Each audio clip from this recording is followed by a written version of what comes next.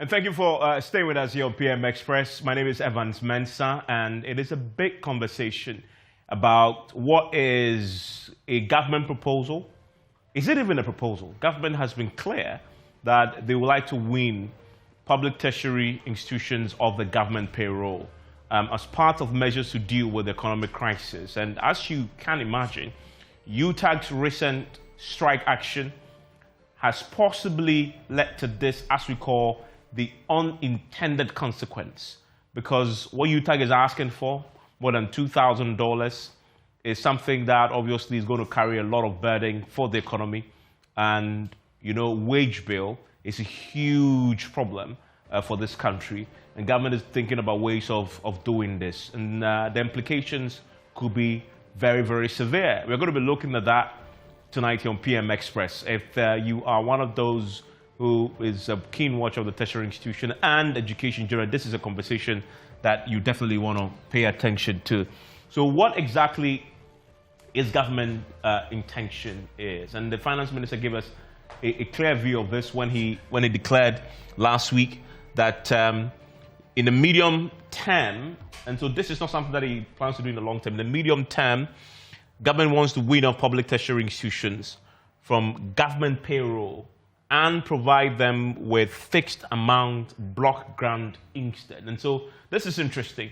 Why? So the weaning of the public tertiary institutions from what? Government payroll. And so what it means is that the institutions themselves, University of Ghana, KNUST, they would have to pay their own lecturers. That is very key, and run the institutions themselves. But government says you'll do that with only a grant from government. And then, of course, if you look at the institutions in question, we have some 13 subvented agencies that if you go back, and this is important because this is not the first time a government in facing an economic crisis has attempted to do something similar. Because in 2014, remember that time the country was also in the firm grips of an economic crisis. The Secretary Finance Ministry also proposed, this is part of the homegrown measures. We were trying to convince the world and the investor community that we could fix the economic crisis at that time. One of the proposals that came up was to wean some public agencies off the government payroll. One of them was the Driver and Vehicle License Authority, DVLA, the Environmental Protection Agency, the Energy Commission, Data Protection Commission, Gaming Commission, Securities and Exchange Commission, and others. They were all proposed. So the point about this is, the last time we had a similar economic crisis, there was a suggestion that deal with the payroll challenges and take off some public agencies. The question really is, to what extent have we done this since 2014, 2015, after we went to the IMF? And the key thing to note also is that although we proposed this, it did not eventually prevent us from going to the IMF. The question comes down to implementation. And we'll be talking about that tonight when it comes to the suggestion now in 2022, again with economics in another crisis, another government is proposing taking a huge part of the burden of the payroll, which is the public tertiary institution. And so you could see there that this is not the first time this has been floated as a solution to an economic crisis. And the IMF likes this, right? The IMF likes this because the IMF has always in the past, when we've gone to them, one of the first places they focus is the government payroll. Why? Because if you look at the items, and I'll come to that very shortly, if you look at the items that form the bulk of what we use our revenue on, compensation is one of those biggest items. It's always been, with the exception of this year where payment of loans has taken over. The interest payments have taken over this particular item on the budget. So this is very significant, and it's the reason why each time you want to cut something from the budget, the IMF focuses on payroll, right? Because we're talking about 35.8 billion this year alone, just to pay compensation. So payroll is key. And the governments have tried this before in 2014. The point is, this really didn't work then. But this is a one-line item, public tertiary institutions. And so maybe this Might work, we don't know. Because there are what? 14 public universities and 10 technical universities. What will happen is that all of them will go off government payroll and will simply get a grant to operate. They have to, operate like everybody else. All the private institutions, all the private universities and tertiary institutions, they survive by themselves. How? By charging fees of those who enroll.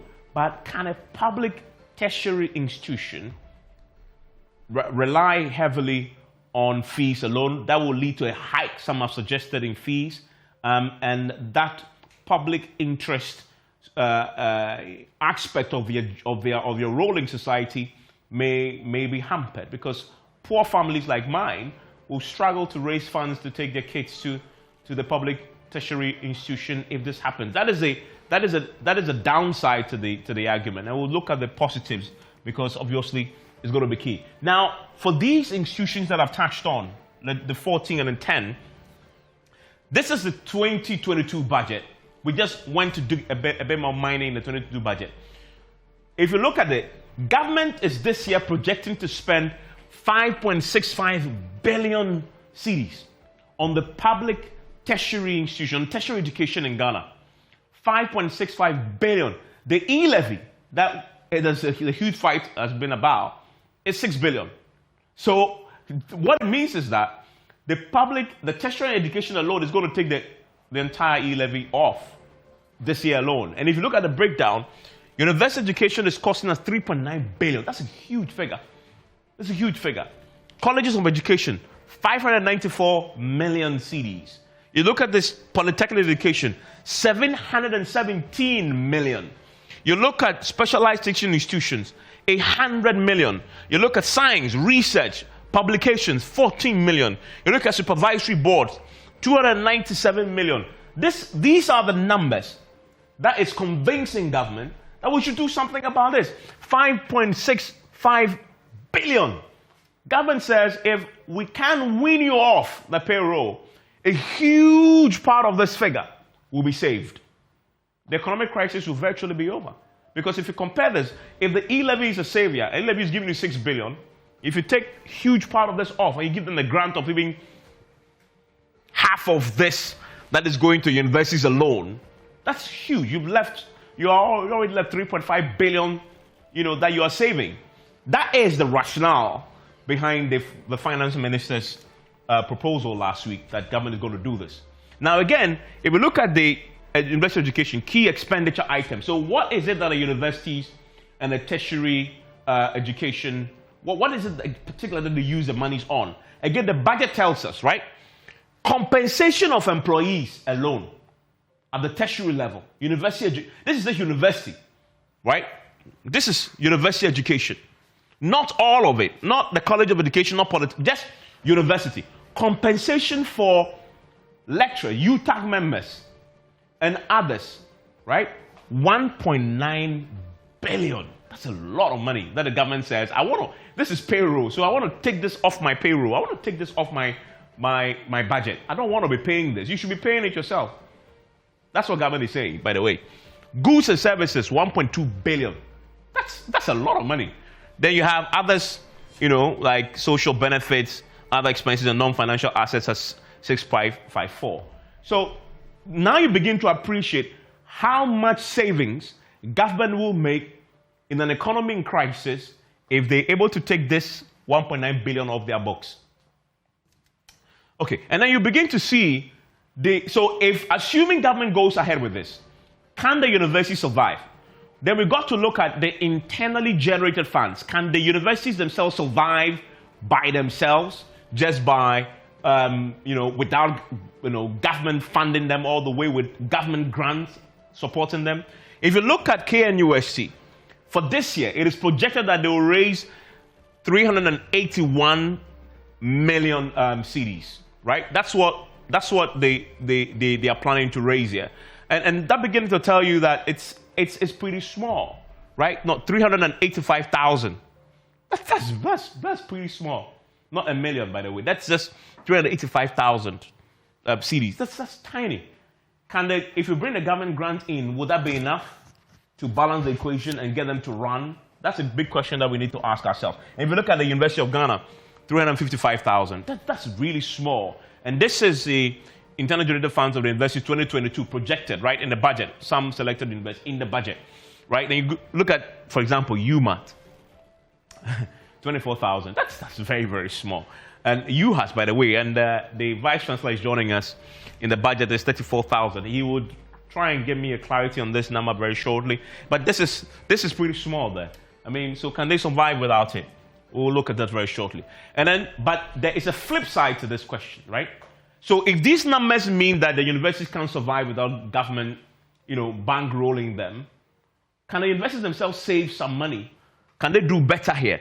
If you look at the Auditor General report, it gives us a sense of the wastage at some of the tertiary institutions. And this particularly is reporting on 13.1 million cedis that cannot be, it's part of irregularities.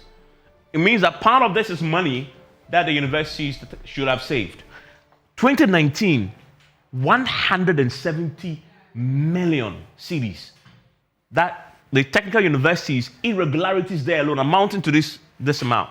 So that tells you that there's a lot of wastage in the system there that can also, become part of the internally generated funds. But there's a big question there, right? Would this lead to hiking fees? But why can't they also survive? If the private universities are doing it, why can't the public universities do it, right? Big conversation here on PM Express.